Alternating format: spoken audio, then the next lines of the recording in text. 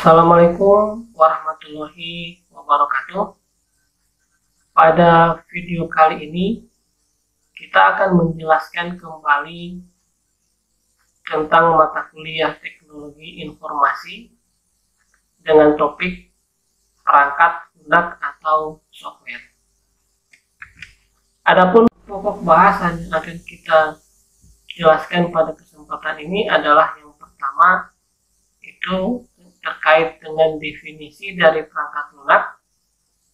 Yang kedua, nanti kita akan menjelaskan fungsi dan manfaat dari perangkat lunak. Sedangkan yang ketiga itu nanti kita akan menjelaskan jenis perangkat lunak beserta dengan contohnya masing-masing. Yang pertama terkait dengan definisi atau pengertian dari perangkat lunak. Jadi di sini kita bisa katakan bahwa perangkat lunak itu merupakan bagian dari komputer yang mengacu pada bentuk digital. Atau misalnya kita bisa mengatakan bahwa perangkat lunak itu merupakan komponen yang secara fisik itu tidak kelihatan, tetapi dapat dioperasikan oleh si penggunanya. Jadi kalau perangkat lunak itu secara fisik itu tidak tampak, tetapi kita bisa memberikan instruksi melalui perangkat lunak tersebut. Kemudian berikutnya adalah tentu fungsi dari perangkat lunak ini sangat penting sekali, sehingga tanpa adanya perangkat lunak, maka komputer itu hanyalah sebuah mesin biasa yang tidak bisa melakukan apa-apa.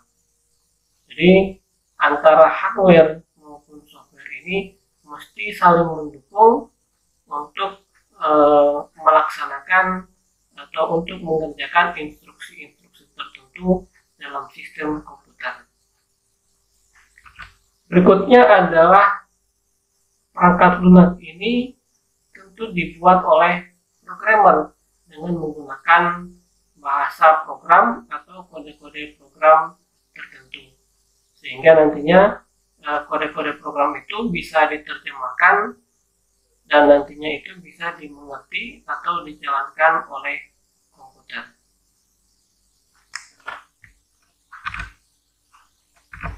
Selanjutnya, fungsi perangkat lunak. Jadi fungsi perangkat lunak yang pertama itu adalah perangkat lunak itu bisa mendeteksi perangkat hardware di komputer dan mengatur perangkat hardware agar bisa bekerja dengan baik. Jadi ini fungsi pertama dari perangkat lunak, dapat mendeteksi perangkat hardware di komputer dan mengatur perangkat hardware agar bisa bekerja dengan baik. Fungsi yang kedua dari perangkat lunak adalah memproses data, perintah, atau instruksi khusus agar pengguna dapat mengoperasikan komputernya sesuai dengan hasil informasi yang diinginkan oleh penggunanya.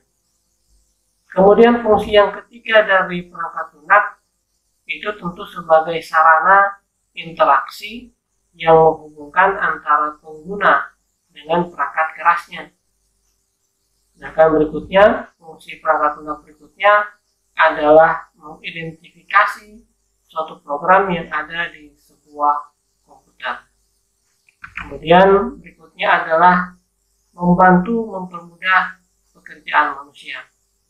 Jadi misalnya kalau kita melihat perangkat lunak yang digunakan di perkantoran atau perangkat lunak yang digunakan di toko-toko swalayan misalnya, tentu ini akan sangat membantu mempermudah pekerjaan manusia. Misalnya dalam hal membuat laporan atau dalam hal keperluan transaksi dan sebagainya. Ini tentu fungsi dari perangkat lunak. Jenis perangkat lunak yang pertama adalah sistem operasi, di mana sistem operasi ini keberadaannya sangat penting, karena tanpa sistem operasi itu komputer tidak akan bisa dijalankan. Sistem operasi itu sendiri merupakan perangkat lunak yang sangat kompleks dan tentu mempunyai banyak fungsi. Jadi kalau sistem operasi ini merupakan perangkat lunak yang mesti harus ada pertama kali sebelum ada perangkat lunak yang lain, di mana fungsi dari sistem operasi itu sendiri itu mengendalikan, mengontrol, atau memberikan koneksi antar perangkat keras komputer untuk bisa bekerja sama. Atau mungkin sederhananya kita bisa mengatakan bahwa sistem operasi itu merupakan nyawa dari sebuah sistem komputer. Ini adalah beberapa contoh dari sistem operasi. Ini adalah sistem operasi Windows, kemudian Linux, kemudian ini Mac, Solaris, kemudian yang di atas ini adalah beberapa contoh sistem operasi untuk perangkat mobile, misalnya Android, iOS, dan sebagainya. Jadi ini adalah contoh dari sistem operasi baik itu di PC atau personal komputer maupun di perangkat mobile.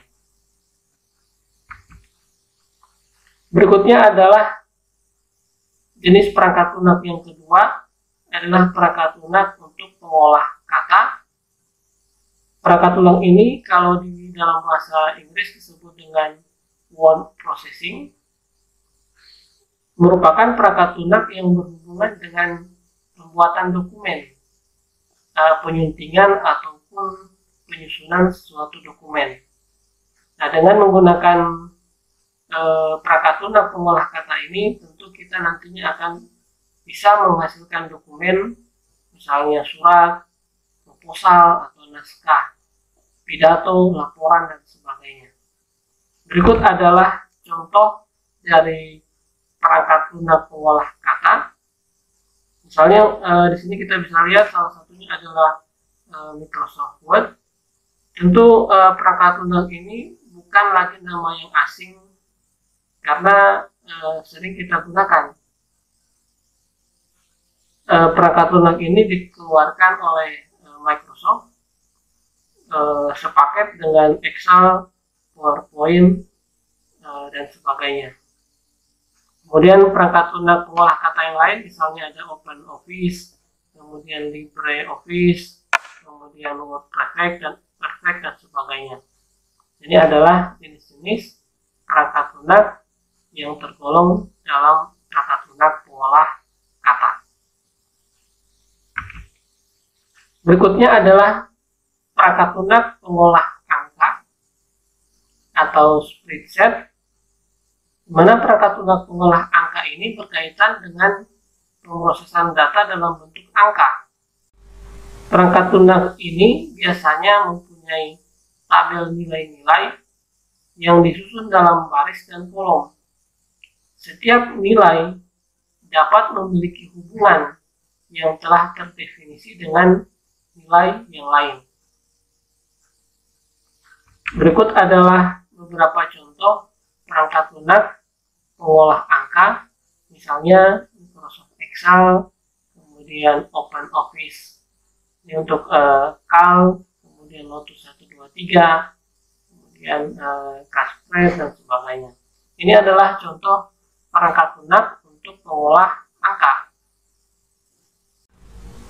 Jenis perangkat lunak berikutnya adalah perangkat lunak pengolah data. Perangkat lunak pengolah data ini merupakan jenis perangkat lunak yang berhubungan dengan pengelolaan data dalam jumlah yang cukup besar, atau bisa kita sebut dengan basis data atau database.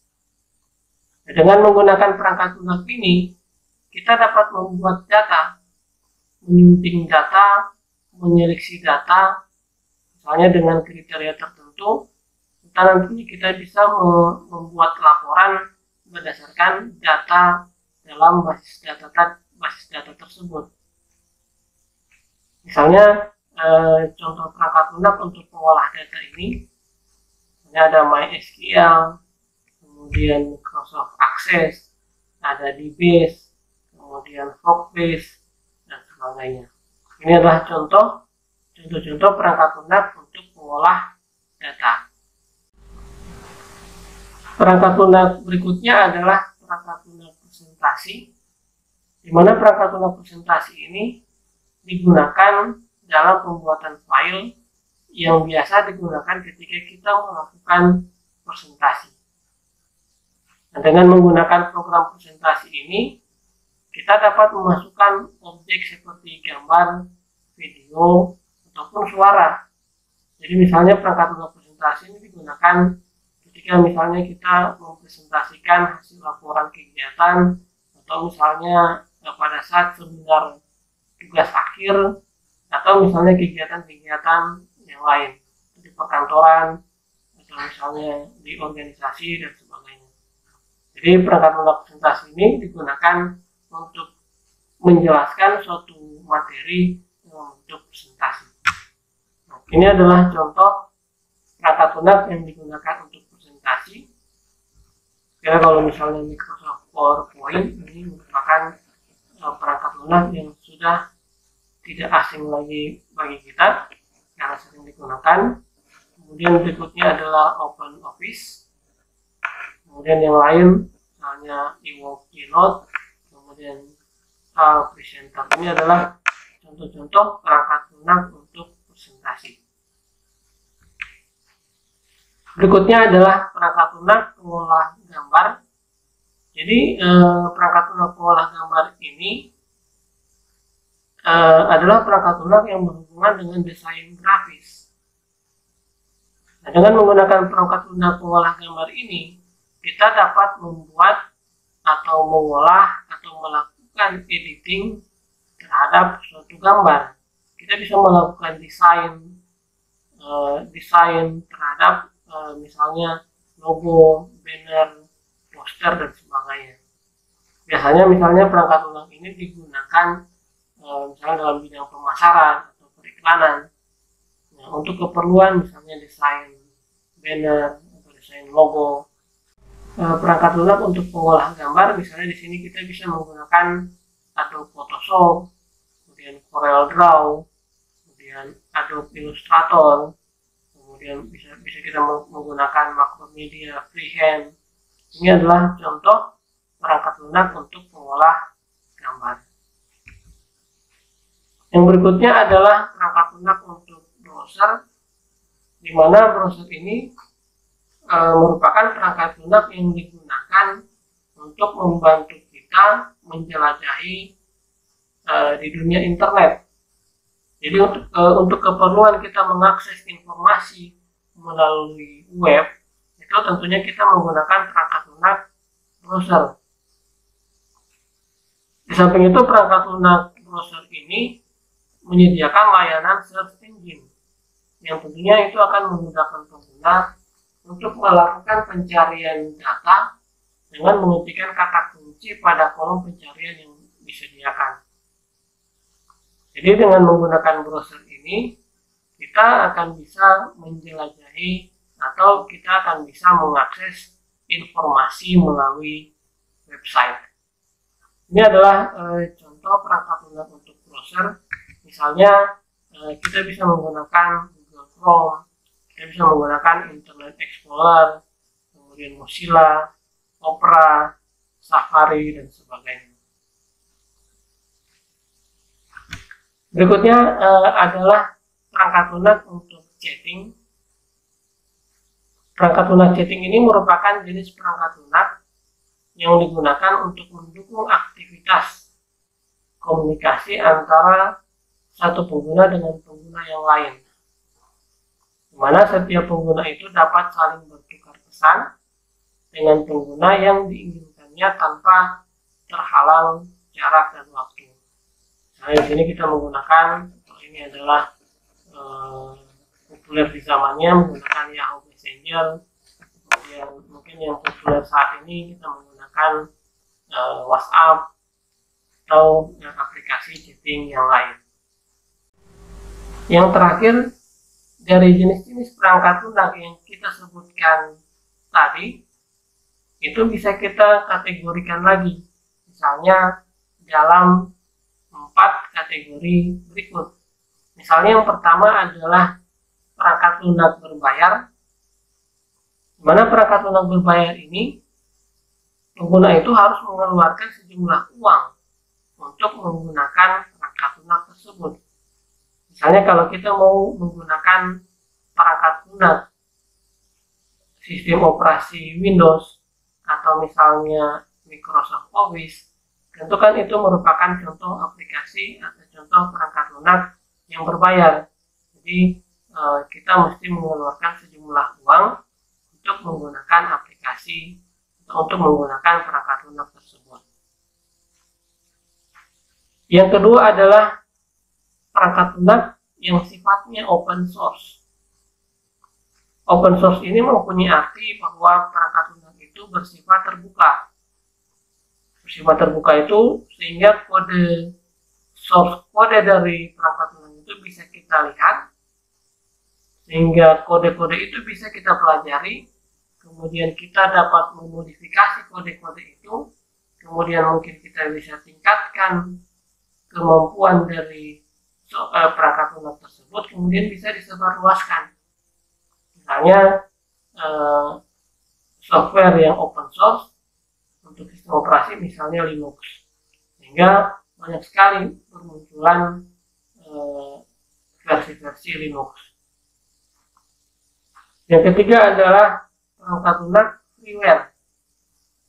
Perangkat lunak freeware ini merupakan perangkat lunak yang gratis, dan kita tentu dapat menggunakan tanpa ada batas waktu tertentu. Jadi perangkat lunak freeware ini adalah gratis. Kemudian yang terakhir adalah shareware. Shareware ini merupakan perangkat lunak yang dibagikan secara gratis, tetapi biasanya ada batasan waktu. Apakah itu mungkin 30 hari, 15 hari. Jadi biasanya untuk perangkat lunak shareware ini kita dapatkannya dulu gratis, tapi dia akan hanya akan bisa digunakan dalam batas waktu tertentu. Demikian materi kali ini. Semoga bermanfaat. Terima kasih. Assalamualaikum warahmatullahi wabarakatuh.